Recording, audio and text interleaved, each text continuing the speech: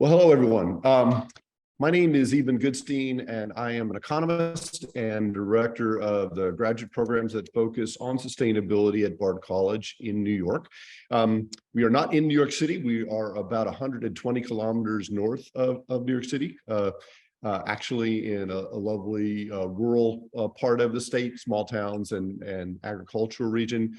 But it's an easy train ride from our campus down to New York City. We offer a variety of programs at Bard, let me just speak to the moment. We are, at this extraordinary time in human history, and sustainability is foundational to kind of the future of humans, right? We're at this point where there are about 8 billion of us on the planet, soon to be 10 billion. Half the folks are barely getting by, living on less than $5 a day. Everybody's aspiring to a better quality of life and more. And we're already fighting over water and oil and topsoil and fish and forests and biodiversity. And of course, it's getting hotter all the time. And I think that the events in Pakistan this year, just mind-blowing. I mean, 33 million people affected by the floods. 10 million people displaced. This is, in my mind, the second of the very big global climate impacts that are going to have long-run political implications. You don't displace 10 million people from their homes without it really creating long-term impacts on the planet. So this is where we are at. And I want to thank you all for your interest in being part of the solution. These can be overwhelming challenges, but we know we're all working together, tens of millions of us around the world. Right now, 40,000 people in Egypt at COP, trying to sort these issues out. And want to just thank you for being the people who are going to spend the next 30 or 40 years of your life figuring out how we're going to get through this.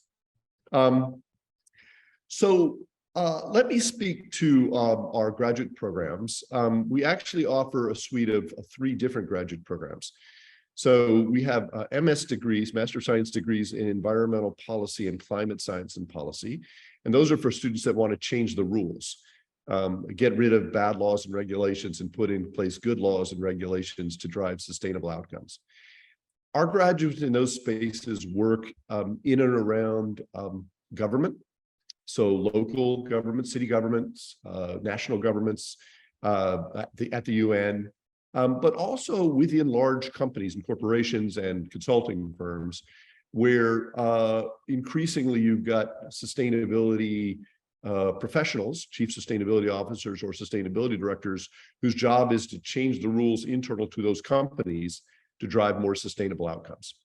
They also work in NGOs and nonprofits where they're typically advocating, educating, and lobbying to change the rules in government or to change the rules in business. So we also offer an MED in environmental education, and this is for people that want to change minds. In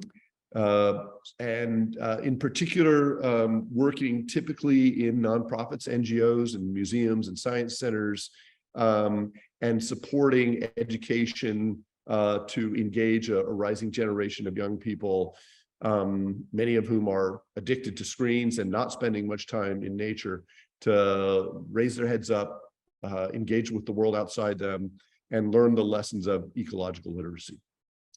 We also offer an MBA in sustainability. It's one of the few MBA programs around the world that fully integrates a focus on mission-driven business and sustainability into a core MBA. And this is for students that want to change the game.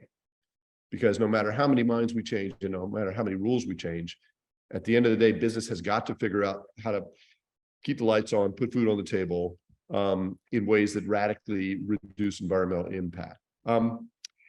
The programs that are open to OSINT students or international students are the MS programs and the MED programs. Unfortunately, we cannot offer visas for the MBA because it's a weekend program and doesn't offer enough residency in the United States. So I'm going to talk about changing minds and changing the rules. And these are programs that are based at the Center for Environmental Policy at Bard College, as I mentioned, about 120 kilometers north of New York City. What really distinguishes these programs is their experiential focus. And particularly for international students, you have the opportunity in our master's programs to work for pay in the United States for a 4 to 6 month required professional internship. And so this is an exciting experience-based learning opportunity. And the way the program works is that you spend the first 9 months of your master's degree at Bard College, where we have integrated interdisciplinary academic programs. So on the MS side, you take a year of environmental or climate science, a year of environmental and natural resource economics, a year of environmental or climate law and policy, statistics, econometrics, GIS. And those courses are integrated and modular. So when you're doing air and atmosphere in your science class, you'll do that in your economics and your law and policy classes. Similarly with biodiversity laws or agricultural. So you're really seeing things always through a multidisciplinary lens and driving towards solutions. And because it's a core curriculum, it's really an unparalleled level of interdisciplinary engagement, because our faculty have been all teaching the program together for 10 or 15 years. They know what's happening in the other classes. They meet weekly, and they actually integrate their coursework so that you're always thinking about problem solving from that interdisciplinary mindset. Similarly, on the MED side, you've got a year of environmental education pedagogy, a year of courses from our Master of Arts in Teaching class, environmental science. And all of this is designed to then feed into this 4 to 6 month professional internship experience. During that internship, students leave Bard and they go to New York or Washington, D.C. or Texas or Alaska, or some go internationally. And you really are working at a high level at the UN or the World Resources Institute or the Natural Resources Defense Council, gaining skills, thinking critically about policy work, and you're in touch with your advisor. So when you get back in January, you have a 25-page paper due, and that becomes the foundation for your master's thesis or capstone. So really in our program, the second year is really devoted to your professional interests in the form of that 4 to 6 month internship plus the thesis. Also, in the first year of the program, we feature a January term. And so the MS and environmental policy students go to Oaxaca, Mexico for 12 days to look at how environmental and climate policy plays out in a developing country context. And the MED students stay at Bard and focus on outdoor and place-based education. So while the policy students are in the sun in Mexico, the MED students are on snowshoes in the Catskill Mountains, thinking about how to engage young people during all seasons in outdoor education. As you know, with SOAS, it's all very career focused, right? I mean, the whole point of these master's degrees is to get you into a good job soon, making a difference in the world at scale in a hurry, because we don't have a lot of time. And so on the left, those are some of the placements for our recent MS graduates. And on the right, those were where some of our MBAs went. We actually have a very transparent way to see where all of our graduates are working. If you go to our website at GPS, you can just see where all 500 of our alums are working, and you can feel free to reach out to them via LinkedIn and ask them about the program, or we're also glad to introduce them to you. So let me just tell a few quick stories. I think I have a couple more minutes, Caitlin, about the type of work that our students do. So that's Emma in the upper left. She interned with an international consulting firm called ICF in Washington, D.C. And she was on a team that worked with big box stores like Walmart's or and they were trying to help companies like that change the rules to figure out how to get consumers to buy more energy efficient appliances. How do you get consumers to make the smart choice? She stayed at ICF and finished her thesis remotely. She's still working for them. Rachel Savine in the middle, intern in Haiti, actually, with a Dutch NGO that was building a landfill outside of Port-au-Prince. They liked her a lot. They hired her on. She worked for 2.5 years in that country, very challenging country in which to operate.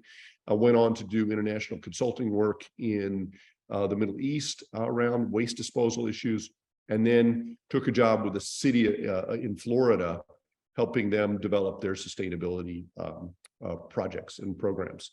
And then finally, Cale Roberts on the right, interned with the UN in Thailand, helping developing countries, Vietnam and Cambodia, develop climate adaptation and mitigation strategies to deal with rising sea levels and more intense typhoons and hurricanes.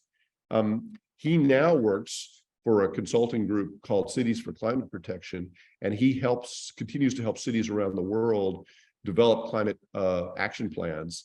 But he also spends 2 days a week at the actual United Nations in New York, lobbying for his organization's global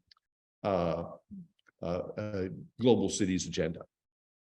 On the MED side, Craig on the left, he interned with a group that worked with young people around free play in the woods. He's still working for them. He loves insects. He loves to get children excited about insects.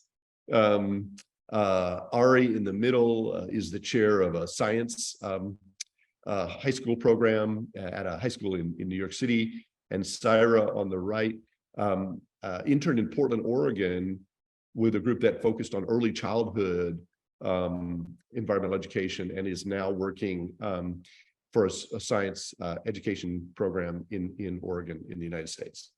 So we are BARD. We change the rules, we change minds, we change the game. This is all about leading the change. And again, I'll end on a note of gratitude to you, because you're the people that want to do that.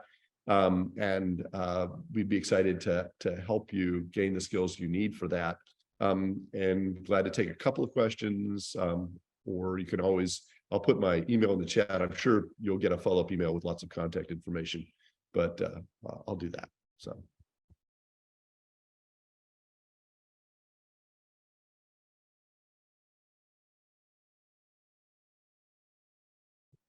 As Eben said, we'll take 1 or 2 questions before moving on to the final presentation. Yes, Alida.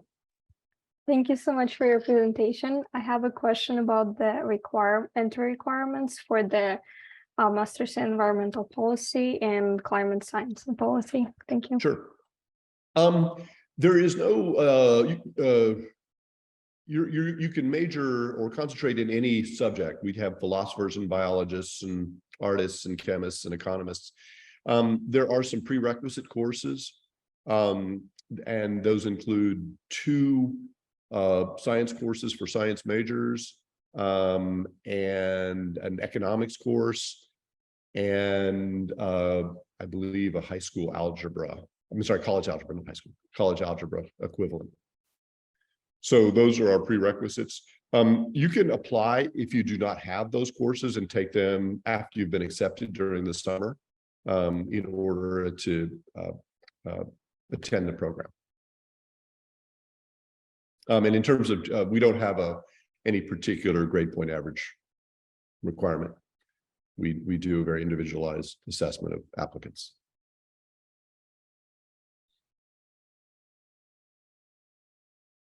And also, there's no requirement to take the any of the standardized tests, so we don't require the GRE.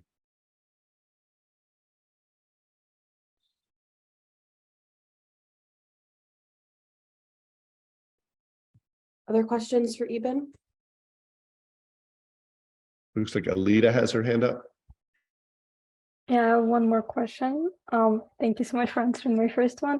So are there any scholarship or financial aid opportunities for international students? There are indeed. So if you go to our website, we have a page that's dedicated to scholarships and financial aid opportunities. And we have a need-based scholarship program. So we certainly don't want finances to stand in the way of qualified people attending our program. We have, in particular, one dedicated scholarship, the Wangari Maathai scholarship, which is quite a generous scholarship. And then we've added some recent needs-based scholarships as well. We also have work-study opportunities so that you can actually earn money in addition to your tuition scholarship while you're at Bard. And so we have students who work, for example, I have 4 students who are working with me on a global climate education initiative, the Worldwide Teach-In on Climate and Justice. And that includes one student from AUCA, actually. And then we have other students that work with other faculty on research projects or for our social media team. And those positions pay either $1,500 or $3,000 a semester.